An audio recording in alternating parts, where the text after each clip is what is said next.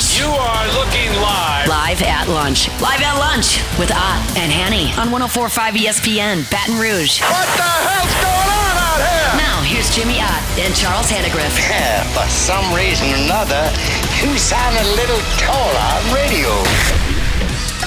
Is it live? Is it live? Is it live? Is it live? From Mike Anderson Seafood, Wesley at Nicholson. Welcome to the Tuesday edition, Live at Lunch, 104.5 ESPN Baton Rouge. Charles Hannegriff, Jimmy Ott, Jordan Kinchin's back in the studio. Andy Isco with us at the bottom of the hour. First class, second class, no class on Tuesdays. A heaping helping of no class. There was plenty to go around this week. get to I'm that. glad I'm getting out of town. There's some good stuff, yeah. Charlie like one of them Thraxis and the dragons. Senioritis over here, getting ready to go to I'm in a good Delmar. mood, Charlie. I bet you are. I'm in a good mood, baby. So Don't you worry. That's good. That's Yes, good. indeed. You'll enjoy the trip out there. How about that? How about Tyler Shuck Well, accommodating 18 players? You know what? I was going to save that for first class, but I got some other stuff to do, so we can do that now.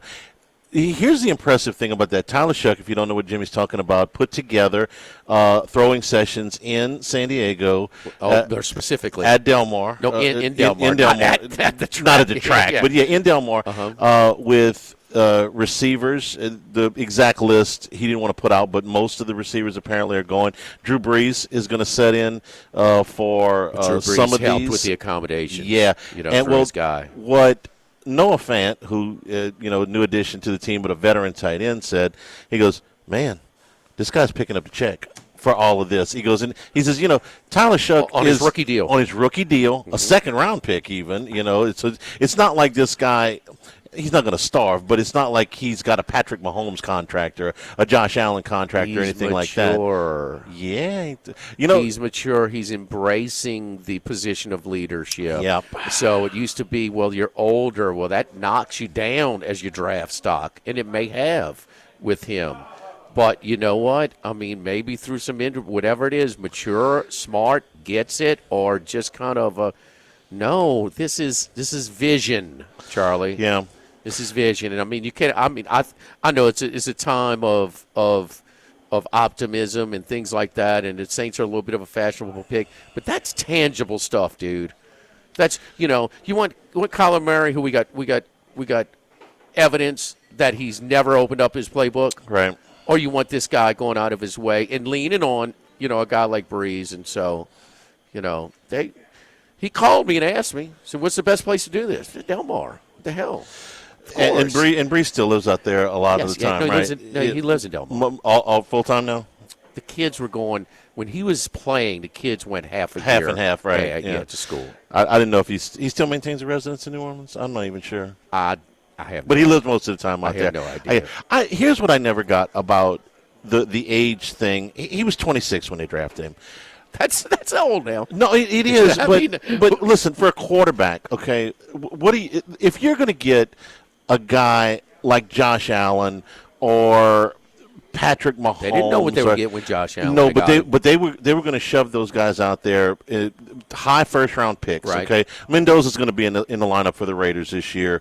At some point, maybe not the first game, but very early. Rohan will tell us. You're paying, they're going to play.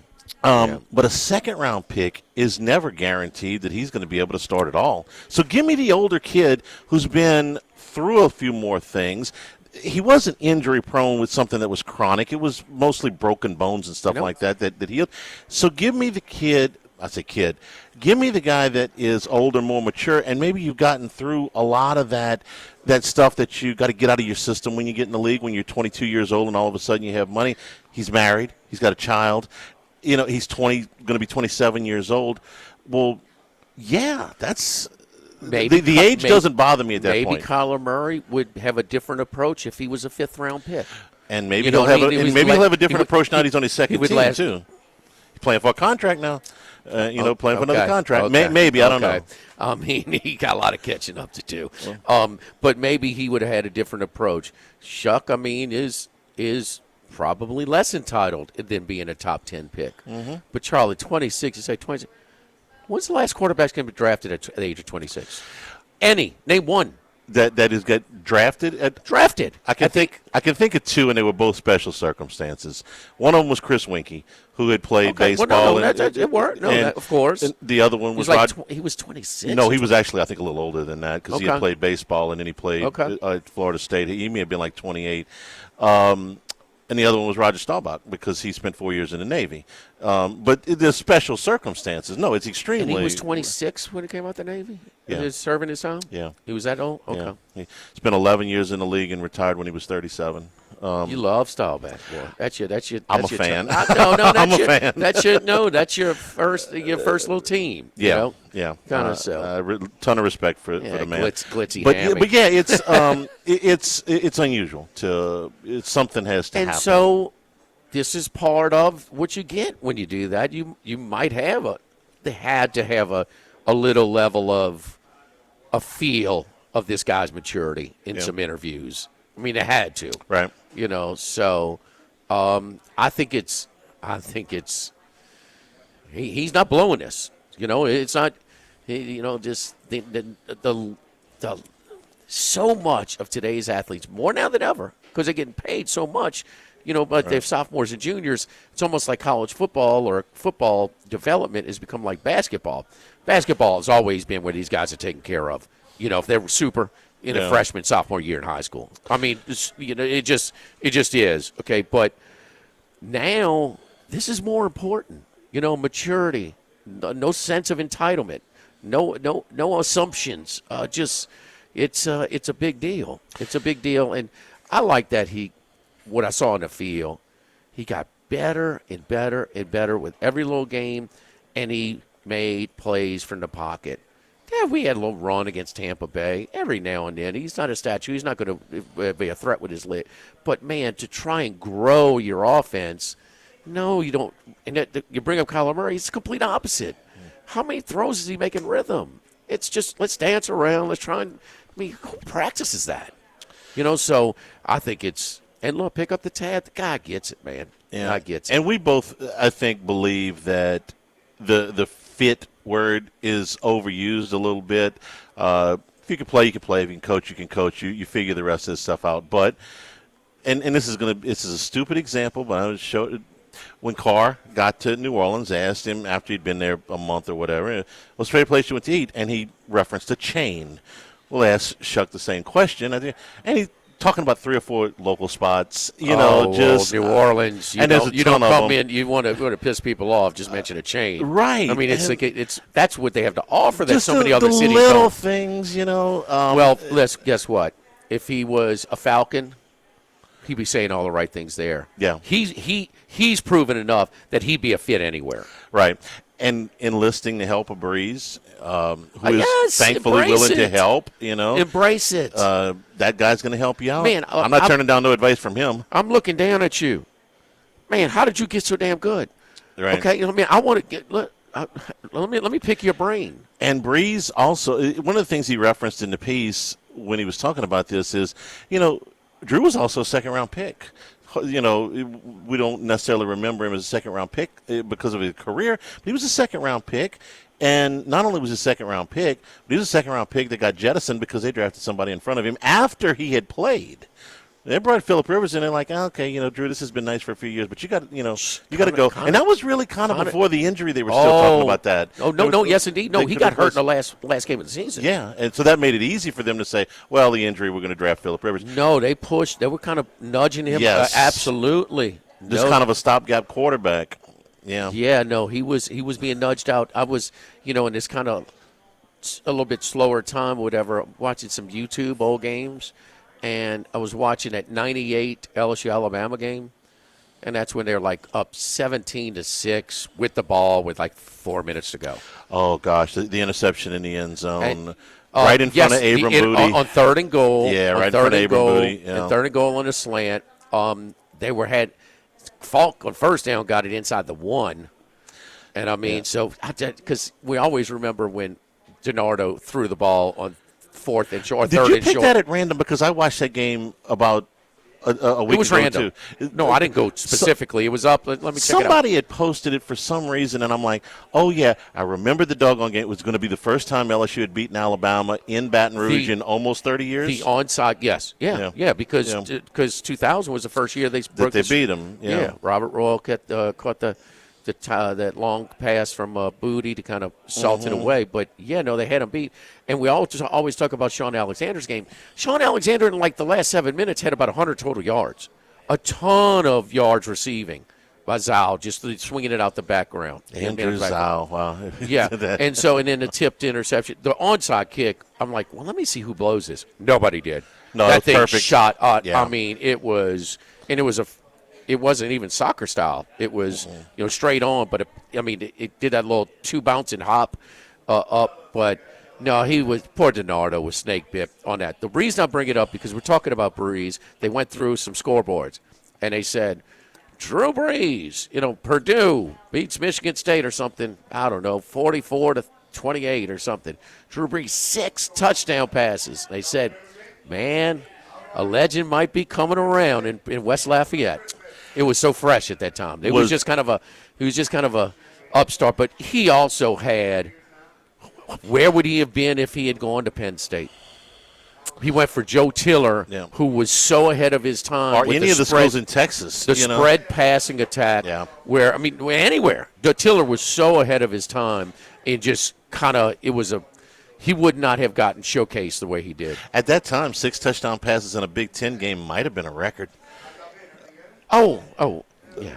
I mean, they were still ground and pounding at that time. We were at Purple Porpoise. What year was that? 96. Was it 96? Yeah, because LSU beat them the next It was year. either 96 or 90. But Breeze, they played Wisconsin. They lost. He threw like 60-something passes. Yeah. Which was unheard of at the time. Yeah. I mean, 35 was a lot, Oh, well, we're happy about Tyler Shuck. I think bright future. I have reason for optimism now. You know me with these Saints. But, kind of sitting back and thinking when you don't have a whole lot of action right now, and you say, if Dolan could lead a team to a championship. Yeah. This regime can. I've missed rooting for the Saints because it's just been it's kind of a who cares for the dude. last 4 or 5 years. Come on, it's impossible. It's just like, come on. But now there is a reason to root for them. And we were at the casino doing a show last summer, and they were replaying the Minnesota playoff game. And I'm like, that's the last time I can remember that year really rooting for the Saints. We're talking about 20. Yeah. Because after that, I'm like, man, I've either been rooting for the Saints to lose to get a better draft pick, or I don't really care because it doesn't mean anything for like 5 years now. I'm tired of doing that. I'd like to go back to rooting for my team. That was the year before. COVID was the Tampa Bay home loss. I'm sorry, not 19. You're right. Yeah. Whichever one that they lost in overtime. And 20 was such a mess. So, but yeah, that's the last time I'm going to really being invested. I'm always when I'm on the Saints, lifetime team, I'm invested. It's been a minute. I'm looking forward to that again. They're a little ways away, but as far as the incomplete roster, they can win the division. Yeah. We don't really expect them to make a run. They can win a playoff game. I mean, Carolina was right there to beat the damn Rams. If they win the division and get a playoff game, I would that's consider a the win. season That's a win. huge success, whether they win the playoff game or not. Charlie, I'm due for a vacation. We're agreeing too much. Okay. Tell them what's for lunch. Get some good seafood before you get out. It's out more of town. for lunch, but it's our 4th of July celebration, our 250th anniversary. And what we're doing over here was doing some sort of Christmas time in July. You buy $100 in gift cards, and you get $20 gift certificate and a free appetizer card for every purchase. So it's over here at Mike Anderson. So we do. Everybody does gift card bonuses and things like that for the holiday season. But I mean, now through the end of the month over here at Mike Anderson's, take advantage of it. So some great savings, celebrating our 250 years of being the old USA. Live at Mike Anderson's Live at Lunch, 104.5 ESPN Baton Rouge.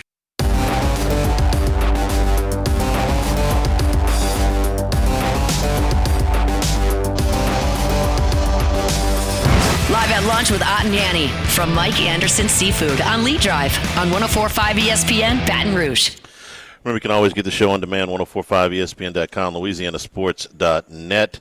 Brought to you by Supreme Rice, celebrating 90 years in business in 2026. Supporting our Louisiana farmers, go to SupremeRice.com. We have gone along with the World Cup here for the last month. We've enjoyed the soccer. But before the World Cup started, Jimmy, I think I've learned a lot going through this thing. But before the World Cup started, if you would have asked, what is the premier match that you would want to see? Who are the best two teams in this tournament? What would be the best match? I think more people would have told you France and Spain than probably any other match. Well, they were the two favorites. Yeah. They were first and second choice. So, yeah. Neither one of them has trailed in the tournament, and they square off at 2 o'clock today. Either one of these teams will be favored in the final, whoever wins, no matter who wins the Argentina-England match tomorrow. Now, even if, how lopsided the outcomes are. Yeah. Now, this is not the most famous of these Final Fours where we thought the final was in one is 83, where Louisville played Houston on one side and Georgia played NC State on the other side, and NC State won, and of course we know what happened after that. I don't think this is that. I agree with that. The winner today will not be that big of a favorite, but they will be the betting choice here. So, okay. It matters in style they do it, recency bias. Right. France wins 3-0 and Argentina wins in PKs. It's going to be higher. Just the opposite. Well, it's going to be a little tighter, but yes, the winner of France-Spain will be favored. So when you have these two heavyweights like this, and if they played 10 times, I don't know if it would be a 5-5 split, but I don't think it would be 7-3. I think it would be probably 6-4, maybe 5-5.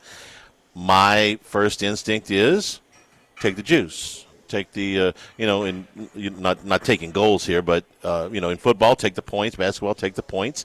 In soccer, take the juice. What do you think?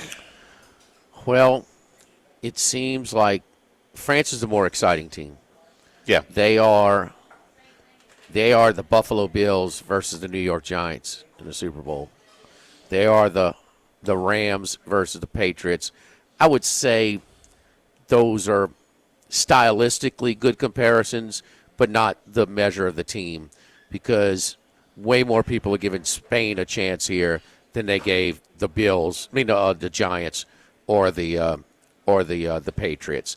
But stylistically, and it's been cliche for how long? Which offense wins fans, defense wins you championships. And I did hear somebody make that comment earlier and I can't even remember. We've listened to so much coverage but Spain, and one thing that, saying defense wins championships, and they like Spain. Spain has beaten France the last 2 times in World Cup play. They are international play. Might be in the Euros. But they have beaten them the last 2 with some of these rosters intact. It seems like the more exciting team, the more offensive team, is garnering the public action, and that is France. And France is definitely, they put more pressure, they score more goals, they attack more. They're the high flying offensive team. And Spain, though, just is so good at controlling the ball, shortening the game, not allowing any goals. How many they've given up in the whole tournament? 2? 3? 1. They gave up 1 to Belgium, and they had not given up 1. Did you see that goal, too? That yeah, header? Yeah. It was a tight window is what I'm trying to say. Yeah, it's the only goal that they've given that's up. That's it. That's so not France has given up. So Spain's given up 2. France has given up 2. There you go. Well, yeah. No, not. But is it low scoring? Is it easier to stop goals than it is to score goals? Yes. This thing is a toss up, man. And yeah, you gonna give me a little plus money? I'm gonna have to. And I made a little play on France to win it all. So I've got that, but I've got I'm going to hedge a little bit of plus money today. And don't. And I'm going to bet the draw now. The draw is probably today my biggest. You don't think that? What tells you this thing won't be close? I mean, things can happen. I mean, Germany beat Brazil that year, 7-2 or 7-3. But I'm going to take plus $2 plus on a draw. And you're getting it at Bet Rivers right now. It's plus 210.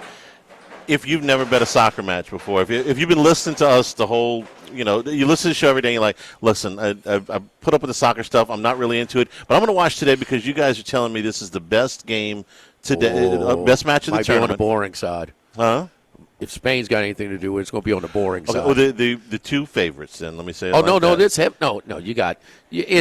it's the Final Four with Memphis and Derrick Rose versus, and they were the number one team in the country that year, against UCLA with Kevin Love and Westbrook and some others, and Kansas and North Carolina on the other side. Yeah. I mean, this thing is loaded. Yep. It's loaded. Now, there has been a little help by the Zebras here. I mean, every damn subjective call they can get. Well, what I was going to say is you look at the odds here. If you're, again, if this is your first match that you're watching, you're getting in full time. What is the updated line? Plus 140 on France. Plus 140? On full time. On full Oh, time. no. I'm talking about to advance. Minus 152 for France, plus 120 for Spain. That's But if you're looking at just significant. You're looking at just full time. You're getting plus 140 on France, plus 220 on Spain, but the tie is plus 210. Doesn't that tell you that the overwhelming belief is that this will go to extra time? That this will be a tie at the end? You never know. I mean, if we knew, we would be shoveling money into a kiosk somewhere, but. It's like this guy. You almost look at it and you go like, wait a minute, I get plus money on all these things? I was at Bally's on Saturday, and a guy's at the window, and he's making, I need just one team. Come on, man, give me one team. I said, the Tampa Bay Rays. He goes, okay, what are you? All right, you sure? Not 100%. No. Is it 100%? He came with 100%. I'm like, dude, let me make this perfectly clear. I would not be sitting here talking to you if I knew it was 100% sure. Right. I mean, I told you twice, 3 times now, the Rays. Yeah. They won. I didn't hear from him. No. No, but I mean, there's no such thing. Not even an attaboy? Not even a no, thing, it's probabilities, it's percentages, but anyway, so anyway. And the total is 2.5 goals. Under is minus 117. France presses, though, boy. They want to press. But, okay, what's the first comparison you brought up to? 83 championship in Albuquerque. Well, is it easier to slow it down than to speed it up? Yes. What do you think Houston wanted to do? Run. Louisville was a willing participant in the up and down. Mm-hmm. That was one of the best highlights ever in a Final Four game that Houston put on a highlight. Did they not? Oh, Five slam a jam. It was great. And you know what else? I had forgotten. I was watching this a few weeks ago, some of the footage on that thing. Albuquerque's at altitude, okay? Dream went to the bench, got the oxygen mask out, went back in, and scored another 12 points after that, man. Because the big fella was huffing and puffing in at altitude, but he got his oxygen mask, went right back out there. Did anybody balk at that little, these guys, who they think they're, 5 slam a jam? Nobody. Man, y'all deserve that that nickname, that moniker, whatever y'all want to go by. And no, y'all are legit, man. That was great. That was great. Soccer at 2 o'clock, World Cup, 2 o'clock, France and Spain. Don't forget our friends at K&M Automotive at 8445 Segan Lane, just off of Perkins, between Perkins and I-10. It's the only place I take my vehicle. Jason Payne, going to give you an honest deal. Not going to upcharge you for unnecessary work. Now, because of it, he has so much repeat business that it's busy. If you bring it in and it's too busy at that time, he will schedule a more convenient time for you and for them. So you're not just sitting around. You come in, they want you busy, and you just sit there and wait for hours upon hours upon hours. Not going to happen at K&M Automotive. Tell them you heard it right here, 104.5 ESPN Baton Rouge. My buddy Jason Payne at K&M Automotive, 8445 Segan Lane, just off of Perkins, across Segan from Ambrosia Bakery. Live at Mike Anderson's, live at lunch, 104.5 ESPN Baton Rouge. Live at lunch with Ott and Annie from Mike Anderson Seafood on Lee Drive on 104.5 ESPN Baton Rouge. Heading out to Las Vegas, deep in the desert, lives one man. One man of many sports bets. The one and only Andy Isco. Andy, World Cup semis today. You got the World Cup fever yet, buddy? I've been enjoying it more than I thought I would. It's been very competitive, if not a bit low scoring, but low scoring generally means you've been seeing a lot of really good defense and some questionable calls. But I've been enjoying it, but I'm still spending most of my time right now, especially this week with the All-Star break in baseball, looking at college and pro football and getting set for the season, which will be here, about 6.5 weeks. Nah, I keep asking you every week, so give me another one. Give me an update. Which some of the things you're coming across right now, college or pro? Well, I'm looking at the colleges right now and trying to assess the impact of the NIL and what it's done over the last 4 or 5 years and what I expect it to continue to do over the next several years. I think it really favors a lot of the experienced, established coaches who are used to dealing with a lot of different types of personnel, more so than, say, the younger coaches who are still trying to recruit the best athletes. A lot of the greater coaches, the better coaches, are able to attract the athletes without having to do the recruiting, and then it's a question more of assembling into the culture of the program. One of the young coaches who's really done a masterful job in just, I think, his 4 years at Notre Dame is Marcus Freeman. He's got loads of talent coming back. He lost those 2 great running backs last year. What was it, Love, and the other one who went to, I think, Seattle in the first round. He's done a great job, and if you take a look also from our point of view, in his 4 years, he's been outstanding covering the point spread.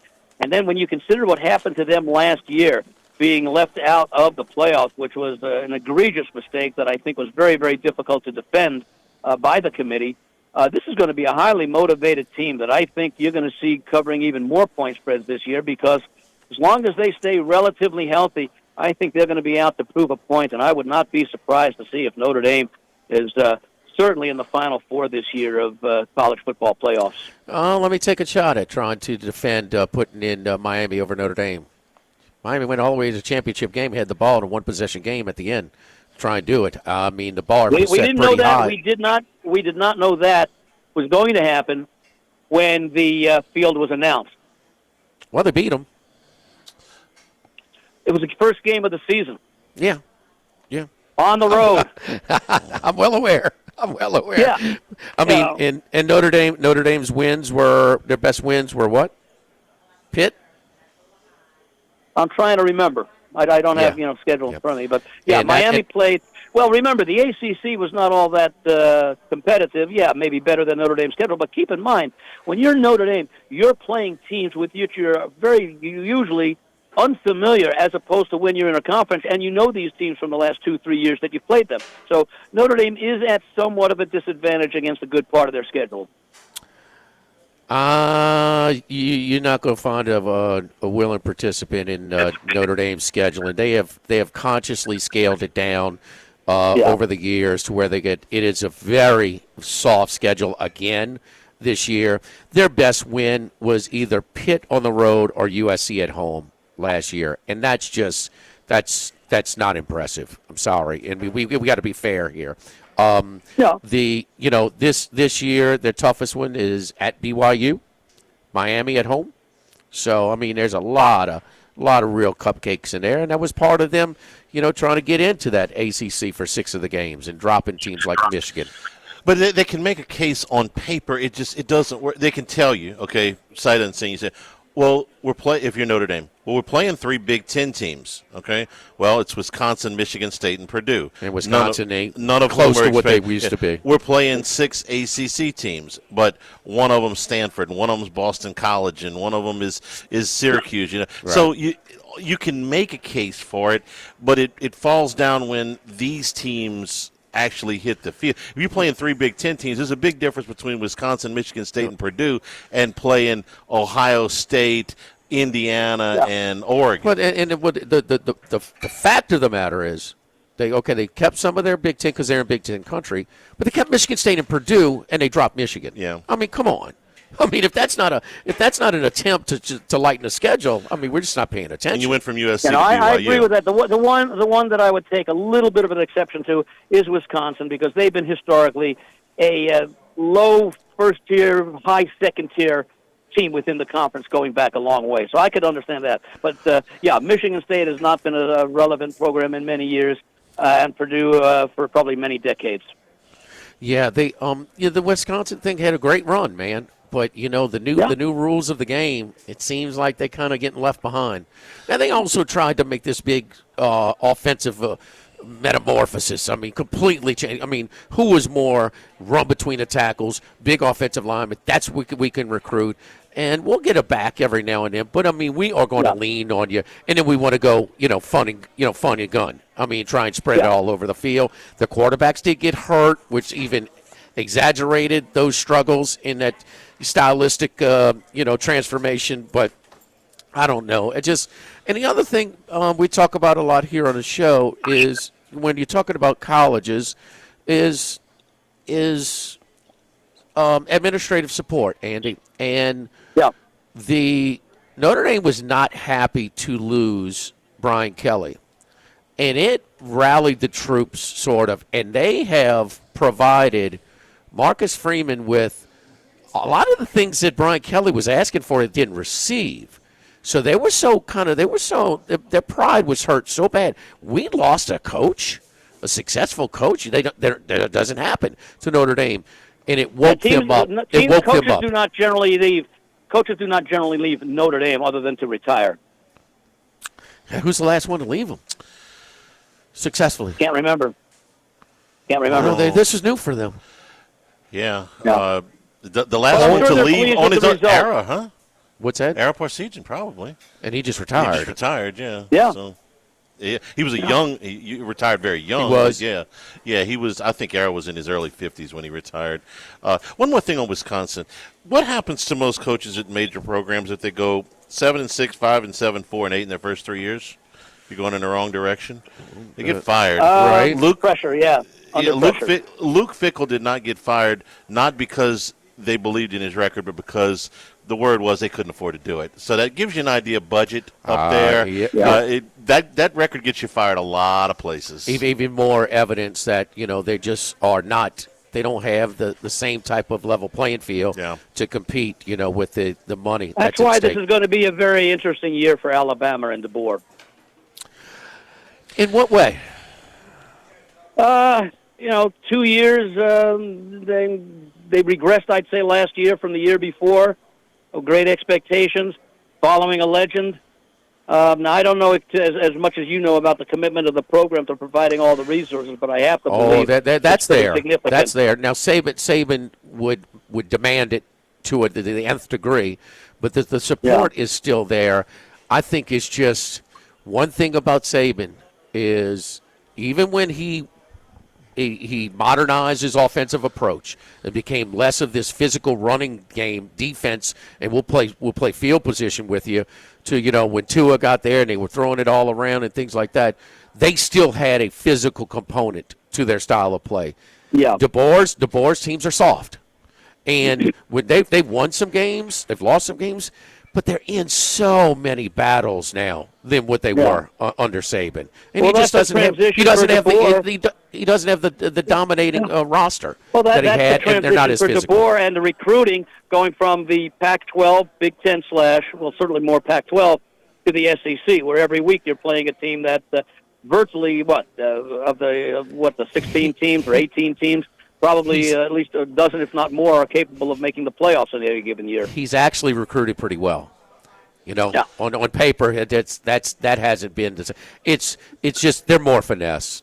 I mean, it is more of a more finesse. than they've been in the last few years. Oh, way more. But they have enhanced their lot with him. That contract extension in April surprised me. Surprised you? Yeah. Who can figure that out? Because why would you do that? They're into him now for $88 million. Now, I'm not going to say they can't pay a buyout because I've removed that from my vocabulary. Okay, if teams, certain schools want to find it, they can. First thought that comes to mind is they did it for recruiting purposes so that fellow SEC teams can't say, hey, he's not had the kind of success Nick Saban had. He may not be here a year or two if you sign with them. So I think that maybe that was a little bit of incoming recruit protection.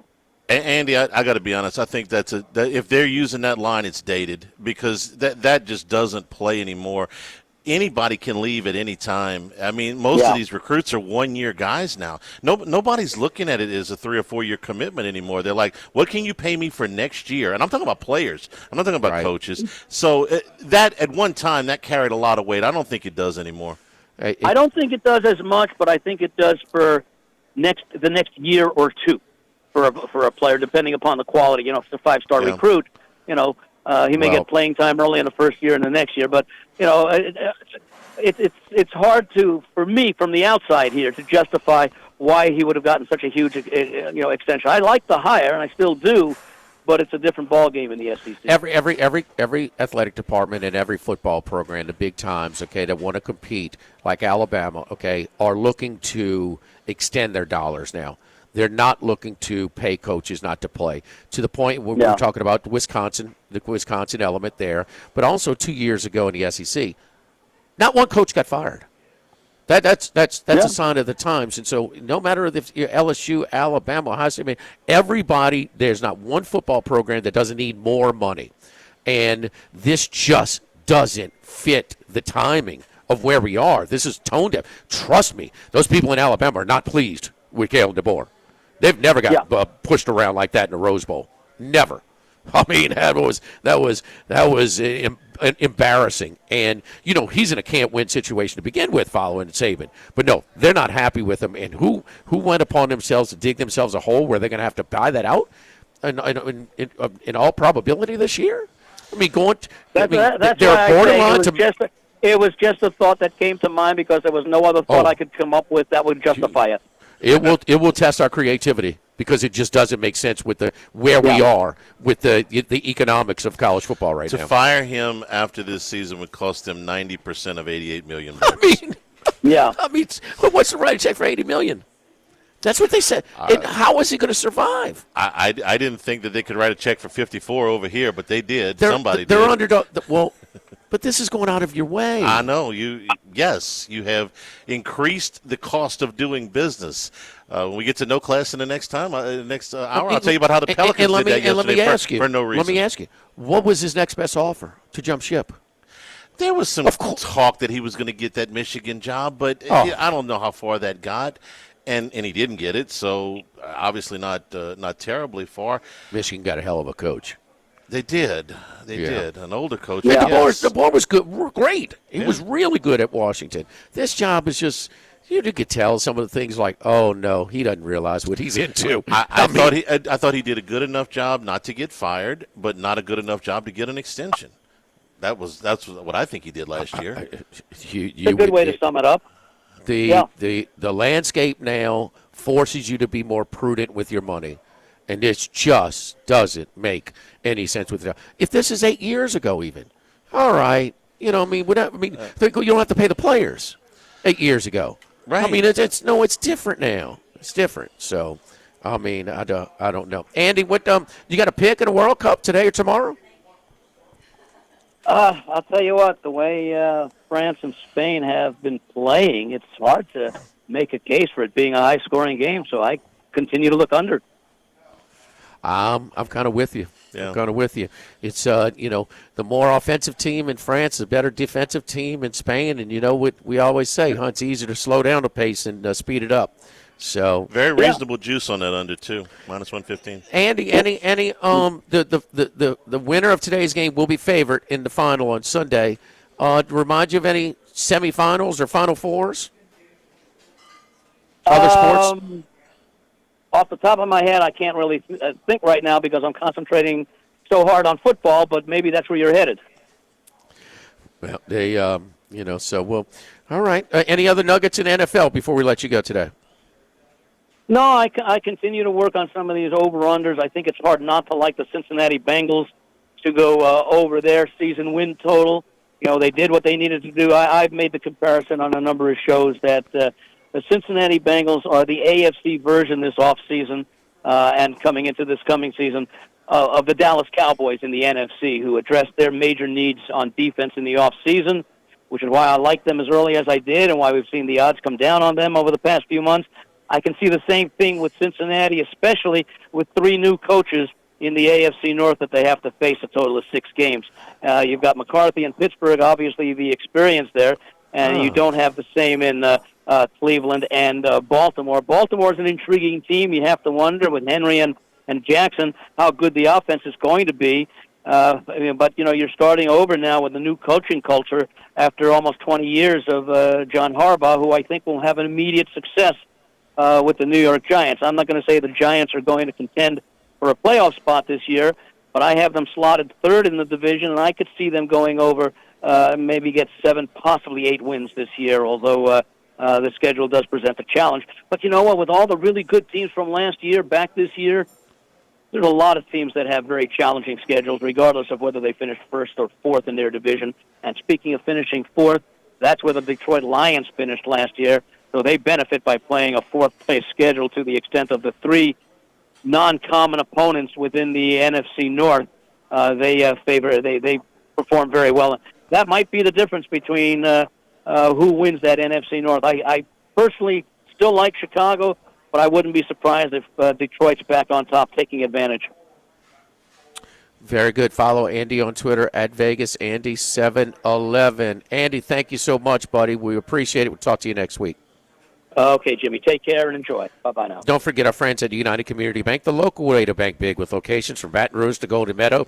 We've been serving the people of Southern Louisiana for over 50 years. At United Community Bank, your business is our business. We support the hardworking folks behind local business, all the way from initial startup loans to ongoing planning and assessments. United Community Bank is here for you. Prentice Wilkes, Heath Muir, Nicole Glover, Hunter Creed, David Campbell, and David Henry. Stop on by, discuss how we can help your business today. United Community Bank, member FDIC, equal housing lender. Live at Mike Anderson's Live at Lunch, 104.5 ESPN Baton Rouge.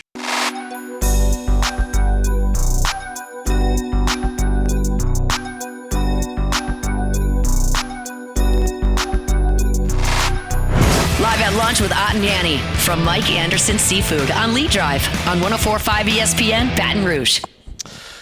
Announcement coming out last night, that Florida State is hiring Tom Herman as an assistant to Mike Norvell, like a special assistant to the head coach type of deal. I couldn't help but think that 10 years ago, this was arguably the hottest name in college football. LSU and Texas went nose to nose to get this guy. And I remember that coaching search really well, the beginning of it anyway. Jimmy, there were really respected football people who spent their life in the game, that like, this guy is the next big thing, and not just one or two. And LSU thought they had him. Texas wrestled him away, but he was coming off of 2 sparkling years at Houston, and he was 41 years old. It's been downhill ever since. The 4 years at Texas weren't a complete disaster, but they got him fired. He had a winning season all 4 years and in the conference all 4 years, but he got him fired anyway. He went to Florida Atlantic, didn't make it out of year 2. We were just talking about Luke Fickell making it through year 3 at Wisconsin. He didn't make it out of year 2 there. Last year was out of football entirely. I'm sure he could have gotten a job somewhere, but took the year off.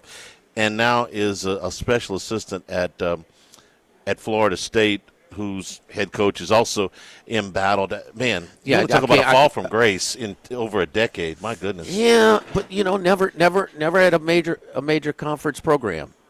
So and look, to have your choice between LSU and Texas, it's a pretty good position. Yeah.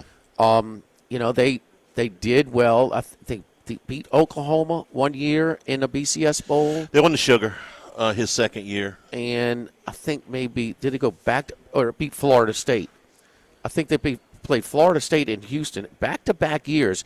He was expected to jump out after the first hot year, but he stayed in, and so there was some build-up, and he had just as good of a year. I'm almost positive the day Clemson beat Oklahoma to start I think it was like the first playoff ever, they were the early game and beat Florida State on a New Year's Day Bowl. So he beat Georgia in that Sugar Bowl. I'm trying to remember where he might have beaten Oklahoma. No, Florida State. Oh, Florida State. Florida State. Interesting that they say that, but anyway. Right. But, Norvell, it is highly unlikely he's going to survive. I mean, they're picked to finish 11th. in the ACC. Which is amazing. And so, this is a B-list type of hire if he was brought in as sort of a coach in waiting. I don't know if that's the case or not. We talked about Jimbo is likely to be in the conversation if things go according to plan and Norvell doesn't make it, after doesn't survive for next year. But, will they make a move mid-season and do like Arkansas and do some experimentation, with Tom Herman? It didn't come to fruition. Arkansas didn't produce any more wins. They were close in some games, but that didn't come on. They went and hired your boy from Memphis. So it's just another reminder how drastically this program has declined. Yeah, and from Herman's standpoint, the Florida Atlantic thing surprised me. Okay, if you're an elite coach, you go in, you take a step back, you go into one of these programs. We see Lane Kiffin did this. We saw Rich Rod do this. You step back, you go to a smaller program. For Rich Rod, it was at Jacksonville State, but you win big there, right? He went to Florida Atlantic and got stone cold skull drug. That really surprised me. Now I don't know what kind of resources he was working with down there, but they fired him mid-season, year 2. Anyway, we'll take a break. Hour number 2, straight ahead here at Mike Anderson's Live Florida State 38-24 in the Peach Bowl. Yeah. 104.5 ESPN Baton Rouge. Live at lunch, first class. I want a seat in first class where I was booked and ticketed over a month ago. Second class. No man should be subjected to the indignity of being labeled or treated like a second-class citizen. And no class. Life had become like school on Sunday.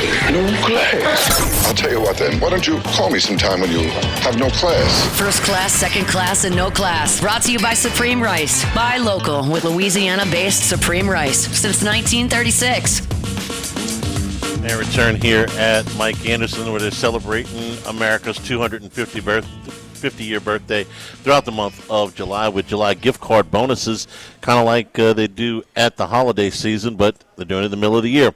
Buy $100 in gift cards between now and tomorrow. Get a $30 gift certificate and a free appetizer card. And through the end of the month, $100 in gift cards will get you a $20 gift certificate and a free appetizer card for every $100 It's a great deal, purchase. Charlie. Yes. Get your late season or your late summer stuff in here at Mike Anderson's. Wesley at Nicholson. Hope that you can make any plans. Stop by here today for lunch or later on in the afternoon. We have the World Cup on here. Actually, I'm sorry, they're closing today at 2 o'clock. But over the weekend, come on in and watch a little bit of the World Cup here in the bar. All right, first class. We talked about this a good bit yesterday, but it's worth revisiting. I think the toughest needle to thread in college coaching, period, has been for college baseball coaches. They have always had to overcome obstacles that other coaches have not had to do. First of all, for years it was the 11.7 scholarships. And then, as if that wasn't restrictive enough, then they made it more restrictive on the number of ways you could chop that up. And you had to give certain players certain amounts. And then the roster limitations got to them. And, of course, they always had to fight with the draft. That was 10 years ago. All right. Now college coaches have to fight. They don't have to fight the scholarship restrictions anymore, but they've still got to fight the roster limitations. They're dealing with a midsummer draft. They have to fight NIL. All of the agents are active now. So if you're a college baseball coach in the SEC, you have to recruit at a high enough level that you're competitive. So you have to get good enough players, but not too good. If they're too good, they'll go they'll go to MLB. Your class will get decimated. They got to be good enough to play at this level. You have to be able to massage the roster. Hey, we can get this guy, but if we get this guy, then we don't need this guy. They're still dealing with some exceptions from the House settlement with designated student athletes, but even that advantage is going to go away eventually. For Jay Johnson to do what he did with this class, keeping certain players on the roster, bringing in a transfer portal class that was very, very bat heavy, and then to greatly exceed expectations in what they were able to retain out of the signing class. Man, it was just an A-plus job. I don't know that it means they go back to Omaha next year or win the conference or host or. All I know is that as far as what he had to do in the last month and a half, he gets an A-plus because it is just not easy. And allocation of resources in that particular field, man, you could commit a whole bunch to one guy. I'm coming, and boom, they're gone. Or, a guy that you think is gone, and all of a sudden he shows up. So, wait a minute, we can get that guy? Well, that's great, except, oh, wait a minute. The money we thought we were going to save with that guy is going to another guy. Or the roster spot, he's going to another guy. He threaded it pretty much perfectly. He's not going to have to, I'm using my air quotes here, run anybody off. But he's got a roster that is stacked for next year. It's a really tough job. Look, all of the coaches got tough jobs. The baseball coaches, they got to deal with some stuff that the other guys just don't. And could you imagine if the NFL draft was in the middle of July? It would just completely wreck. Or if it was at a time before your signing day, or you knew that you could lose a third of your class or even half your class to the NFL draft, man, it's a tough way to fly. And he does it as well as anybody. Playing by the same rules. They are, no. I'm saying baseball coaches in general. I mean, it requires finesse, and so what? When it requires an extra layer of effort or finesse or strategy, I mean, the harder workers and the more resource-rich programs are going to have better success. I go back to last year. We thought that this Cummins roster was loaded as well. We did. Okay? But I think when all of the scouts and kind of with the feedback we get, man, they're just playing for second now. Did it just take a year to kind of get it going? Is it still when you extend your season into late June, you're at a disadvantage? Yeah. I mean, we talk about championship hangovers forever.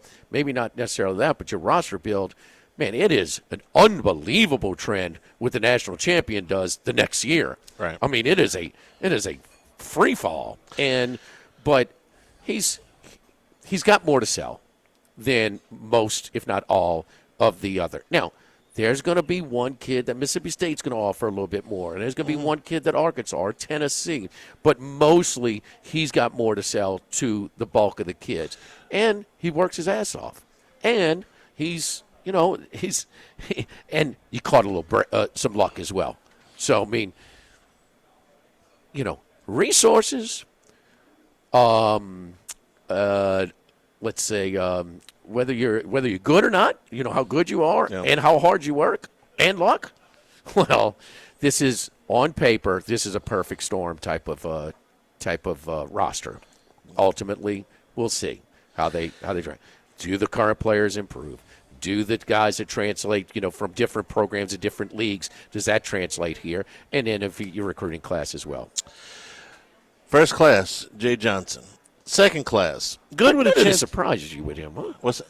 No, he caught a little lightning. He got on a roll. The overall job does not surprise me. Yeah. Some of the individuals that I am floored that Dominic Santarelli is coming to campus. Just floored. And when you see this kid in person, and I haven't seen him in person, I've just seen the pictures. When you see the physical makeup of this kid, I think you'll understand what I'm talking about. Is like this kind of power bat doesn't get to campus all that often, and there were a few kids like that. They are now, Charlie. They are. You're right. They are now. They are now. The respect factor for college ball is at a high, and it just keeps moving up to the point where they want to label Vitello a college coach because he's got a tough situation, and that team's not great this year. Okay, well, how's the other college coach doing? His team's in first place. He won Manager of the Year the last 2 years. College coach. Pat Murphy. I'm curious with the new deal. The minor league deals with all minor league clubs, I think it's 120. They all run through 2030. But with the influx of college players into the draft, more now than ever, I wonder if the next collective bargaining agreement is going to lead to a further slash in minor league teams. Gotta be. Because that's an Gotta expense for the major league clubs. And if they can get it out of the colleges for free, the NFL figured this out a long time ago. Okay, why would we want to spend any money on a developmental league? NFL Europe went belly up pretty quick. They ain't fooling with the USFL and anything. Like, man, let the colleges pay for it. Right. Major League Baseball may be trending a little bit in that direction. Good with a chance to be great. England. All right, what's going on here in the next few Lions? days? No. Well, that's a nickname. What? Oh yeah. Come on, dude. I was talking about the soccer team plus the Open, or the British Open, if you prefer. They've got a chance for a double this week that would go back almost past my lifetime and almost past yours. The last time the English won the World Cup, 1966. The last time a Brit won the Open Championship in England was 1969 in England. Okay, that's the important part of this. They could get both of those by Sunday. Things that haven't happened in well over 50 years. So, what kind of chance would you give England to win the World Cup right now? I mean, they're I think both games are 50-50. Yeah. Right at it. So, 25%. Yeah. And these.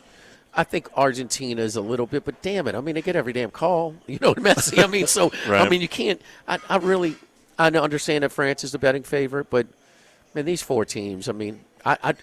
I just remember what I felt like when those four number one seeds in March Madness were that year. Yeah. And then we just had one too, right? We're all the number one seeds, maybe. Mm-hmm. Yeah. Like how many was that? That's this past year, but like a couple 2 of years. ago? 2 years ago. Yeah. Okay. 2 years ago. Yeah. And there's 21 Englishmen in the Open. So you got 21 shots at this. Man, you need to water the grass. Terrell hat, it's yellow.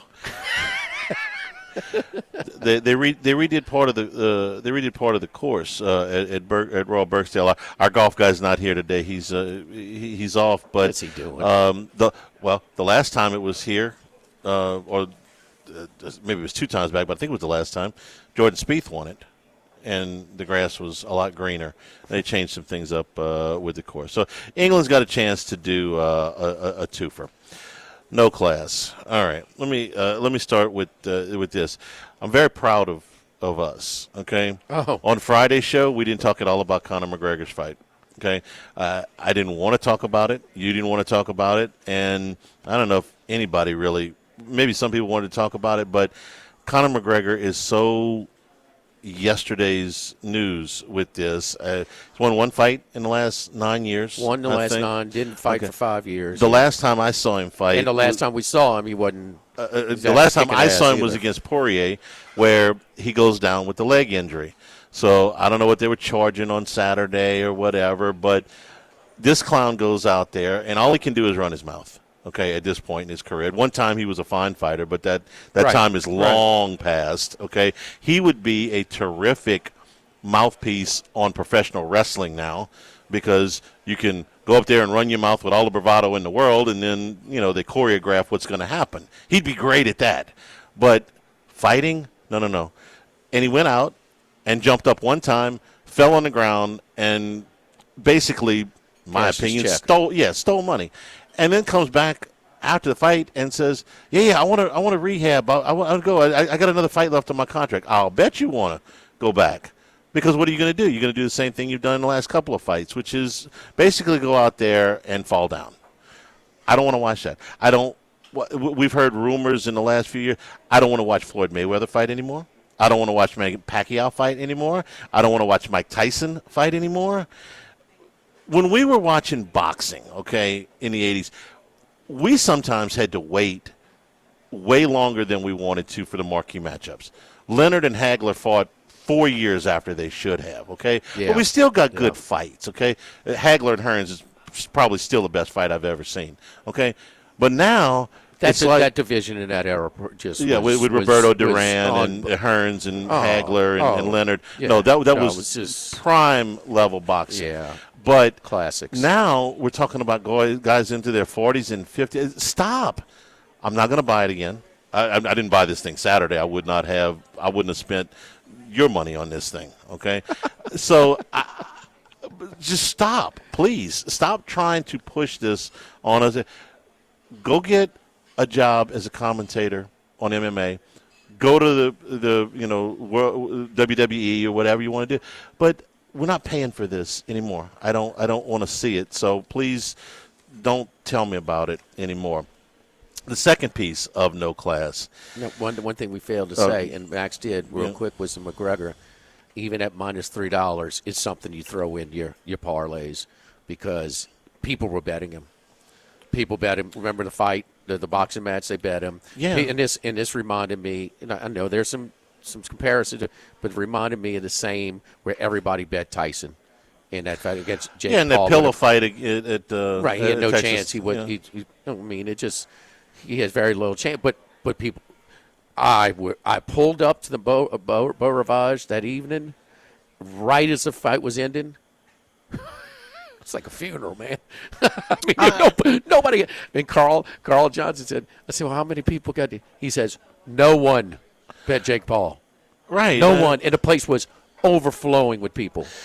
I'm sure you did the same thing that we did when Tyson was in his prime. Most of Tyson's prime, we were in high school or college, and chip in $5 we a piece for a kick. We are passing the hat because we ain't missing his fight. I mean, Tyson was it didn't matter who he was fighting. It is his appointment viewing, and then when he bit Holyfield's ear, that was sort of the end of him. But he went on for way more fights. Listen, at one time, Conor McGregor was worth the price of admission. I mean, he was the biggest name in the sport. Tyson was. Mayweather was, although Mayweather was such a boring fighter, but he was great at what he did. You couldn't hit the little sucker. He moved like he was the best defensive fighter I've ever seen. Wasn't a lot of action, but at least you could appreciate the skill level. Man, I don't want to watch that when you're 40-some-odd years old. In Tyson into his 50s. Tyson Holyfield biting the ear. We did a promotion for the old station at the station. I remember. Yeah, we were there. Remember. And my buddy Cowboy Samaha, and so we're after, he bits the ear. People are going crazy. And Jim Gray is asking him, Mike, you bit his ear off. Yeah. Why? And I'm like, man, heck, Jim Gray, you got to give it. He's got some guts, man. He's, that right. was. And Cowboy looked at me. What are you talking about? He bit his ear off. Why? Please give me something. But it was. I remember the people's reaction. It was bizarre, man. And it's sad because that's what he had been reduced to. Yeah.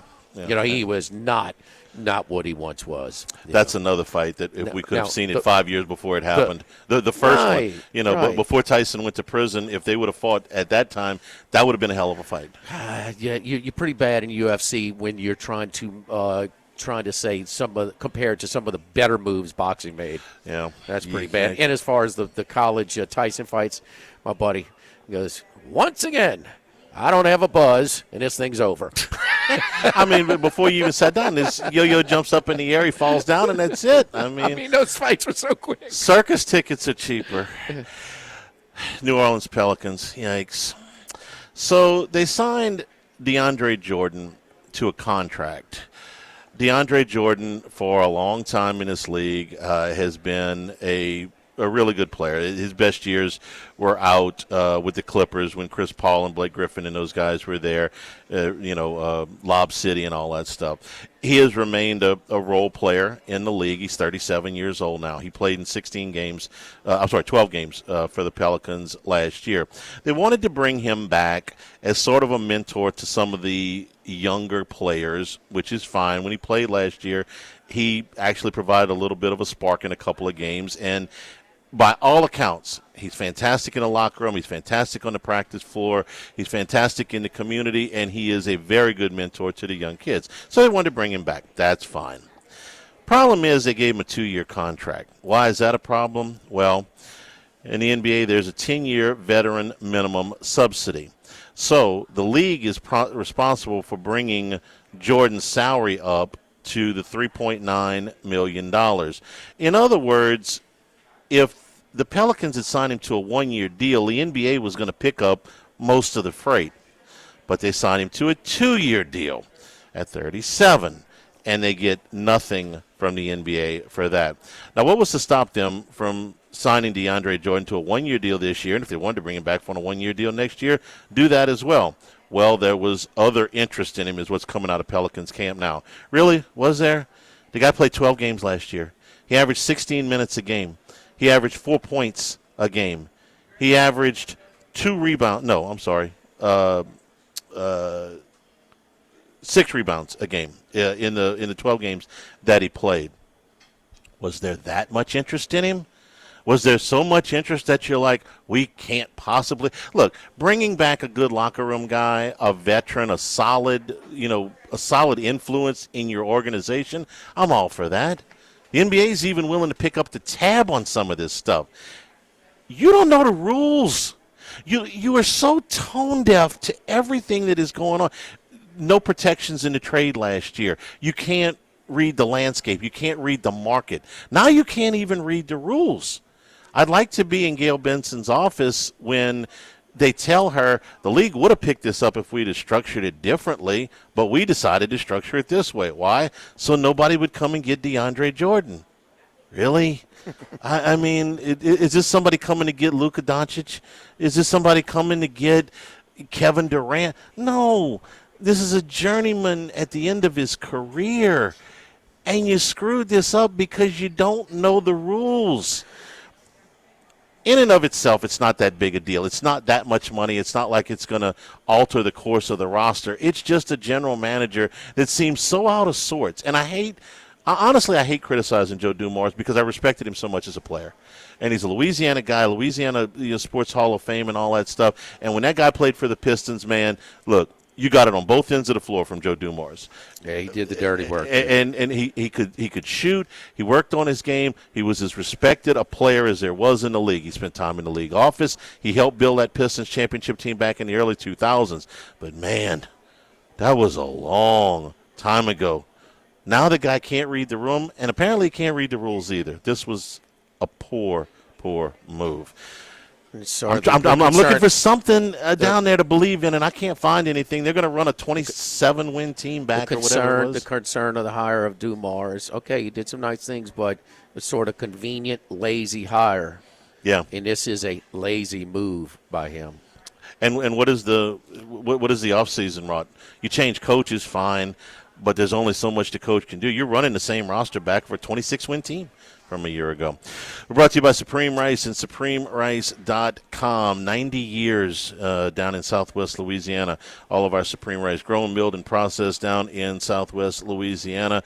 Support our Louisiana farmers. Part of the Climate Smart program, reducing methane emissions, promoting water conservation for future generations of Louisiana farmers. The Paul rice is your favorite. Yes, indeed, man. It's a long grain rice, firm, restaurant quality style, and I've tried so many rices till I finally got on this one, and we started carrying it at Supreme Rice 2-3 years ago, man, and it's just unbelievable. I like the jasmine rice with that kind of that nutty type of aroma that comes with, but my favorite is the Parball rice. It is really, really high quality rice.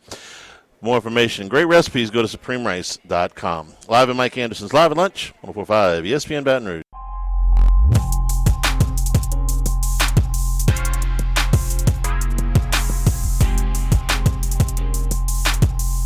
Live at Lunch with Ott and Yanni from Mike Anderson Seafood on Lee Drive on 104.5 ESPN Baton Rouge. We're also brought to you by the Thibodeau Store. If you're painting here in the summertime, you're in luck. Painting supplies are on special right now on the website. Up to 26% off of some of your quality paints there.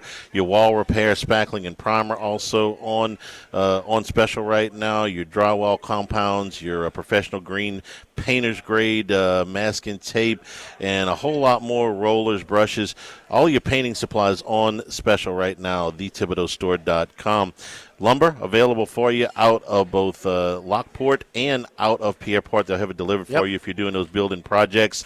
Get them from the Thibodaux store, 900 St. Patrick Highway in Thibodaux, the Pierreport store at Highway 70 in Pierreport. You get to all 4 of the locations on the website, dthibodauxstore.com. Same-day pickup is available at everything on the website. I like when I go over there as well and, load up. And then, there's a specific item that I wanted. It was a couple that just wasn't in stock. No problem. I mean, a couple days later, it's at my doorstep. Yeah. So, I mean, it's old-time, privately owned, just a good vibe when you go in there, type of a run operation store, but also the modern amenities of the website, of delivery, all that stuff. Yeah, that lumber, they got it. It's in the backyard over there. It's behind the shop. Hey, Charlie, let's clarify on the Tom Herman stuff because we talked about him in terms of his fall from grace. That 2015 season where they went 13-1 and they ended up in what was a New Year's Six Bowl. That was on New Year's Eve. It was the first game before the first playoffs. Clemson beat Oklahoma, and Alabama drilled Michigan State. I can still hear Ruffin complaining about them putting the games on New Year's Eve, for date night. Florida State was number 9 in the country that year. They beat them 38-24. They had won, including but they also had wins, including that Florida State ranked wins in 4 ranked wins in the 4 of their last 5 games. Teams like Temple were ranked. Navy was ranked, and so they did that. Now, 2016, the Oklahoma game was the season opener. It was at NRG. It wasn't on campus. So Oklahoma was number 3, and they beat them 33-23. So that lifted them. They got up there. They started out 5-0, got up as high as number 6 in the country, and lost 3 of their last 7. You may remember we were at Rufino's Black Friday. They interviewed him before the game. I think it was Cole Kubelik that interviewed him before the game about the LSU job, and they lose that game in a barn burner, 48-44. But they lost 3 of their last 8. So there was a little slide on the end, and they didn't coach the bowl game, which they lost to San Diego State in the Las Vegas Bowl. And at that time, remind me, I think I'm remembering this right, Charlie Strong was trying to hang on at Texas, and there was some thought that if they won the next day, the Saturday. Kansas State? I think it was Kansas. Okay, one of the two. That would be the 2016 season? 2015 season? That'd be 2016. 2016, okay. Yeah. There was thought that if Charlie Strong won that game, he might save his job, and obviously that didn't happen. So I remember the LSU fans actually rooting for Texas, the fans that wanted Tom Herman because they wanted him to win. They wanted him to keep Charlie Strong, and so that Tom Herman would come here. November 19th, 2016, Kansas won in overtime in Lawrence, 24-21. Okay, yeah. I remember. Bichelle, what was his first name? Steve. Steve. I remember the night pretty good, and I thought that Tom Herman was going to be a very good head coach. I really did. I thought he would do very well at we Texas. were here when you first brought up his name. With the resume. The coordinator at Ohio State, which was on top of the world at that time. So they, but that was a Saturday game. That was not a Black Friday game. That was a Saturday game. Yeah, that they lost to Kansas. Now Kansas is not a very good team. And for all that went on, the road not taken. I think if you would have taken a poll at the time, LSU fans would have well over 50% would have approved of a Tom Herman hire. Now wait, was it? But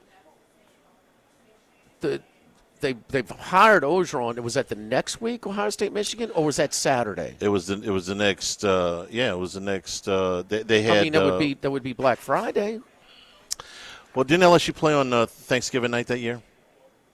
Yes. Yeah. Yes. That's when they had the camera on to leave. Yes. And all that stuff. Yes. Yeah. And then the day after, we were at. That was Black Friday when Houston played Memphis. Yeah.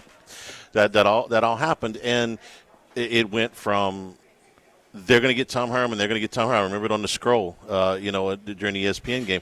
They were trying to get somebody into Oliva's box at the stadium to get some kind of comment. And then, well, you know what happened after that. Now, it was the Ohio State-Michigan game when they announced that they were hiring Orgeron was a week after the next day. The Kansas. So Kansas and Texas was on a Saturday, and the week after was Ohio State and Michigan. Yeah, and did they not play Kansas State at some point in there? Did I dream that? Yeah, the game you think of is Kansas. Yeah, okay. Because he couldn't even beat them. Without that, if it works out for LSU, the way I think more people than not wanted, would you agree with that? That if they had hired Tom Herman, it would have been a very well received hire. That year. But if that happens, if you get what you want, you don't get 2019. Texas wasn't in the SEC then. No. They were kind of trying to find themselves. I mean, Lovey was not the answer. It was just – and with that Longhorn Network access, and he just didn't like the media. I mean, they're like dealing with the media. Well, you kind of have to in Texas. I mean, that's at that time for part sure. of the gig. Yeah. But it was just they were underachieving program. They're not where they are now. I mean, so good times. Charlie, the ESPYs, during All-Star break tomorrow, I got to mention this thing. So I watch Saturday Night Live every weekend. That's I love the show. And my favorite guy on there is the host tomorrow, Marcelo Hernandez.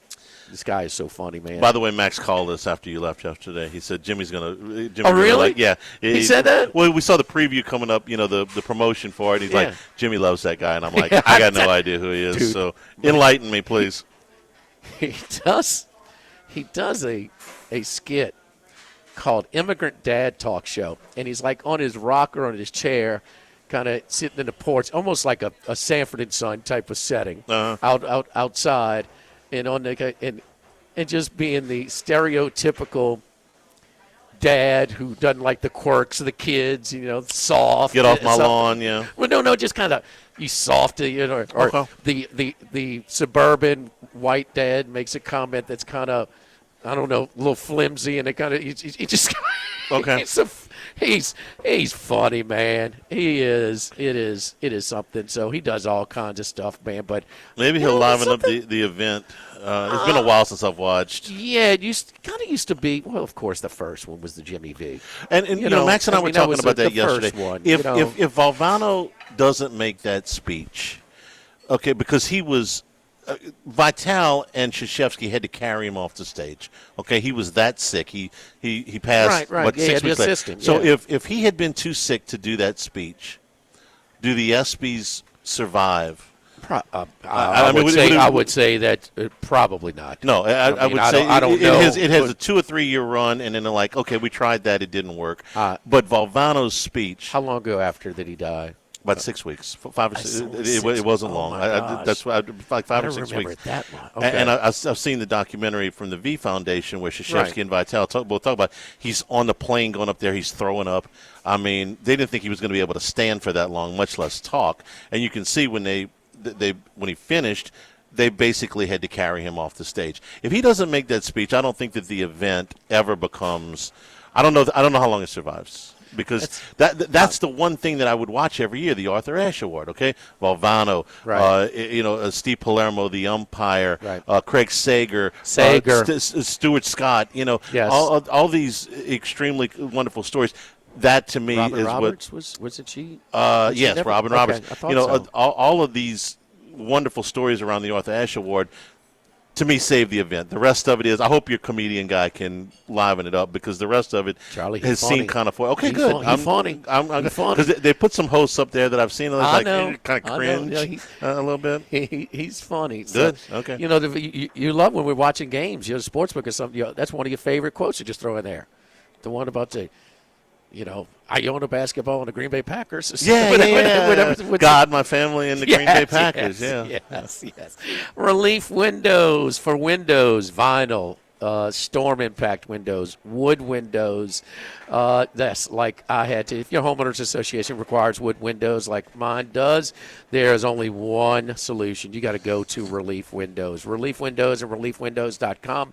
I've had them for about 6 or 8 years. They are built to last in these extreme southern Louisiana weather conditions. They look brand new. They're functional on a nice fall or spring day. I love opening it up, getting some fresh air. Functional, look great, and they are no signs of deteriorating at all. Not the same with normal wood windows. It's not a cheap procedure. So do it right the right time and don't have this recurring cost a little bit later down the road like I did. Yeah, I was in the market for. I sure wish I'd have used Relief Windows with the original construction of my homes. For windows, doors, siding, shutter, and shades, go to reliefwindows.com. 8 a.m. to 5 p.m. Monday through Friday. Relief Windows, 288-8138. Live at Mike Anderson's Live at Lunch, 104.5 ESPN Baton Rouge.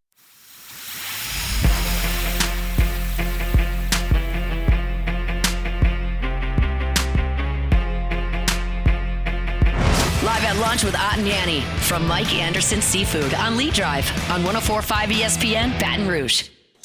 Back here at Mike Anderson's Live at Lunch. We mentioned in the Arthur Ashe Award, which to me is the centerpiece of the ESPYs. I don't really watch much of the rest of it, but I was reminded, I should have mentioned Steve Gleason, who won it 2 years ago. And so that got me to looking at all of the recipients of this award and some of the accomplishments, in addition to the ones that we mentioned. Pat Summitt won this one. Pat Tillman, of course, who was killed in the war. It played for the Cardinals. Billie Jean King. We mentioned Steve Palermo, Nelson Mandela. I mean, there's some names on this list. And yes, Steve Gleason did win it 2 years ago, the Arthur Ashe Courage Award. That to me is the centerpiece of that event. Gleason, from what I understand, his family reached out to the running back from East Carolina, Chris Johnson. That he's going through, the ALS. So. Yeah, they're trying to bring back. They're going to bring back. You remember the Ice Bucket Challenge when? This is going back about 10, 12 years. I filmed one over at the box.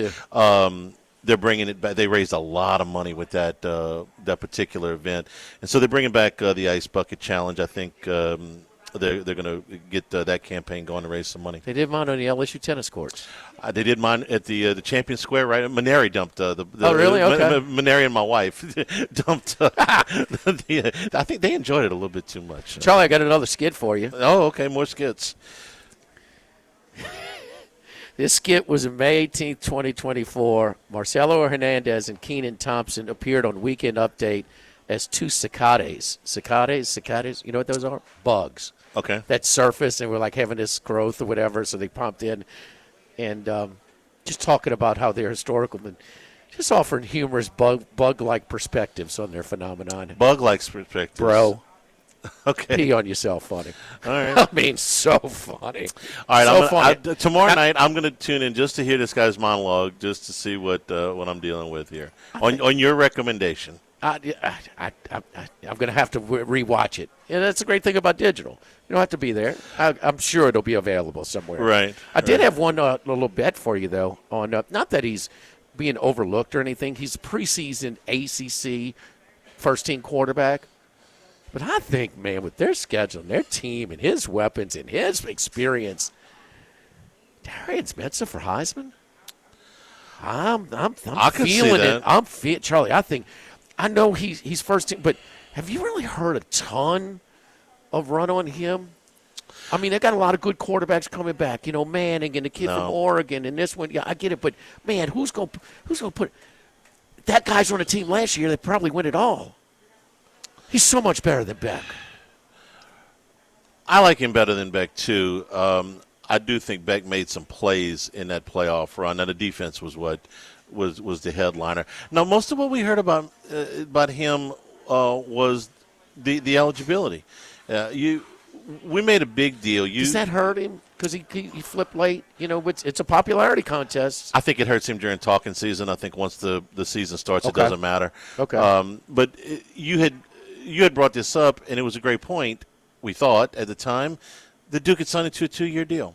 What a great what great foresight, that you're going to keep this guy for 2 seasons. And you got out there in front of some other bigger programs that needed quarterbacks, and you beat him to the punch. You got him locked up for 2 years. Good for you, Duke. He got out of the contract. So that was, I think that covered most of his offseason.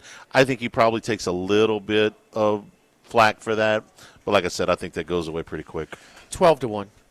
It's not a bad number. I was hoping for a little better, but I mean, no, 12-1. Yeah. I think if anything, it wasn't championship hangover, but there's such a thing as near championship hangover. Who's better? You take either one right now for your team. Trinidad Chambliss or Mensa? The reason I say that because I thought Chambliss was the best quarterback, but Kiffin's system is quarterback friendly. Yeah. I think more quarterback friendly than Miami's. I think Mensa is a better pro prospect, but for this, just because of size. Yeah, I would probably take Chambliss, but it's cheating to say this. But does Kiffin get to coach him? Right. Am I talking about Trinidad Chambliss at LSU or at Ole Miss? It matters in this case because Kiffin unlocked whatever, what he saw in that thing by accident, but it worked. We want to dismiss the runts, but they did galvanize a little bit, and none of us think that this guy is going to sustain what Kiffin's built. No. Okay, but for this season, they're still going to have a good team, huh? They're going to be good. But I'll tell you, I think that there is going to be undue pressure there, more so than just the normal college football. I'm going to probably repeat myself multiple times in August. I think the pressure is more on Ole Miss for the LSU game than it is on LSU. Because if LSU goes up there and they lose, Kiffin's still going to be here for a while. It's year one, all that stuff. Ole Miss doesn't just want to win that game. They want a pound of flesh. They want retribution. They want revenge. They want Kiffin's head on the end of a stick.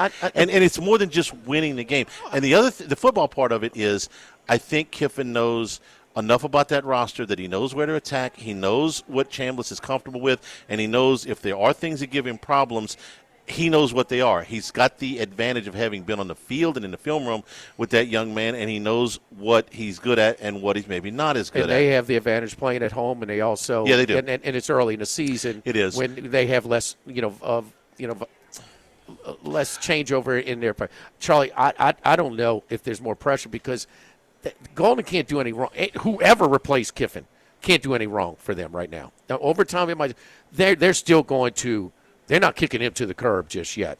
I mean, they hate Kiffin so much that they're willing to be patient, give a pass, whatever it is. I think there's less pressure.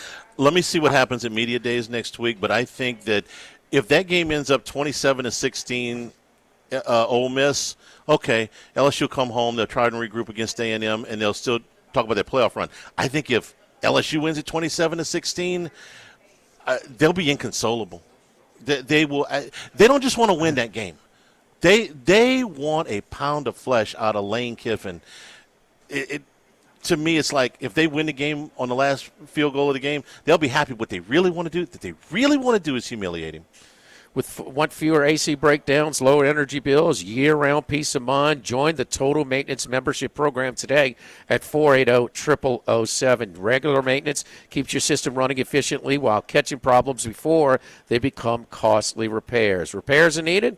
They're backed by our lifetime warranty. Need a replacement? Financing is available.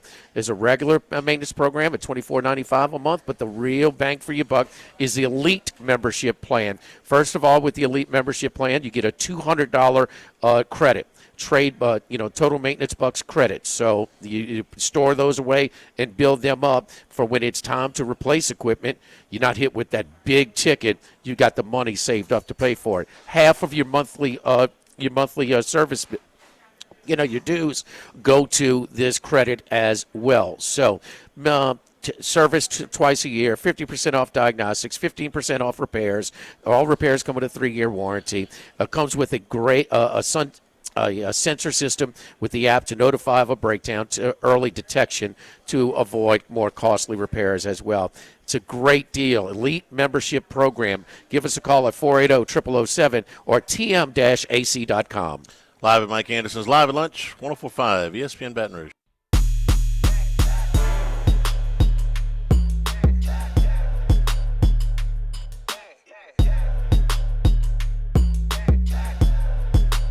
Live at Lunch with Ott and Yanni from Mike Anderson Seafood on Lee Drive on 104.5 ESPN Baton Rouge. And return here at Mike Anderson's. Before you sign off, any last thoughts on France and Spain here in a little over an hour? Draw. Could be close. The draw is your pick at plus draw is my pick. 210. Okay. Yes. You're going. And I like England tomorrow to advance. England against Argentina to advance. Yeah. Okay. Let's see. The draw, you're getting plus 210 today, and tomorrow on England to advance, you are getting minus 125. So those are your two picks. Well, you're going to be out for a little while. So enjoy your trip. Does anybody not know where Jimmy's going on vacation? I'm on assignment. I'm going. You going on assignment? Yeah, I'm going to make sure Tyler Shuck and his boys are okay, man, in Delmar. Oh, I would give anything to send you on an assignment to go watch football practice on your vacation, knowing how much you enjoy going to football practice, about as much as I enjoy going to football practice. I used to, but I mean, no, we used to. We used to cover practice on a daily basis. We went to football practice every day for I don't know how many years. Okay, after a while, it's just football practice. You go, you see, and then it's like, okay, that's enough. I do remember one of the first practices with Kevin Falk that he hit the hole. It was sort of a goal line situation, and the guys there to tackle him, and he just shook him. And they're like, ooh, they were chirping, boy. Because Falk was such a big part of such an important piece to build the program. We talked about that Alabama game. I think it was 98 where they blew that 11-point lead with the ball with 4 minutes to go. Falk had like 200 yards rushing in that game. No, one of the most influential people, not just people in LSU history. He was fun to watch for Mac Barus at Karen Crow, man. Your option quarterback. It was fun to watch. I remember when DiNardo walked right out of that press conference. Oh, no. Where you going? Going Karen Crow. Yeah, going to Karen Crow. Gotta have him. Enjoy your vacation. Thank you, sir. We'll see you back here in a couple of weeks, 3 weeks. Got a lot of guests coming up while Jimmy's gone. So and Max will be back. Next week is media day. So we got plenty planned for you. He'll enjoy his trip. And tomorrow we will be at Modesto. Scott Rabelais, Wes Reynolds, Randy McKay will all be part of that show. For Jordan back in the studio, for Jimmy, I'm Charles Hanniger saying thank you and good afternoon. From Mike Anderson's, Wesley at Nicholson has been Live at Lunch, 104.5 ESPN Baton Rouge.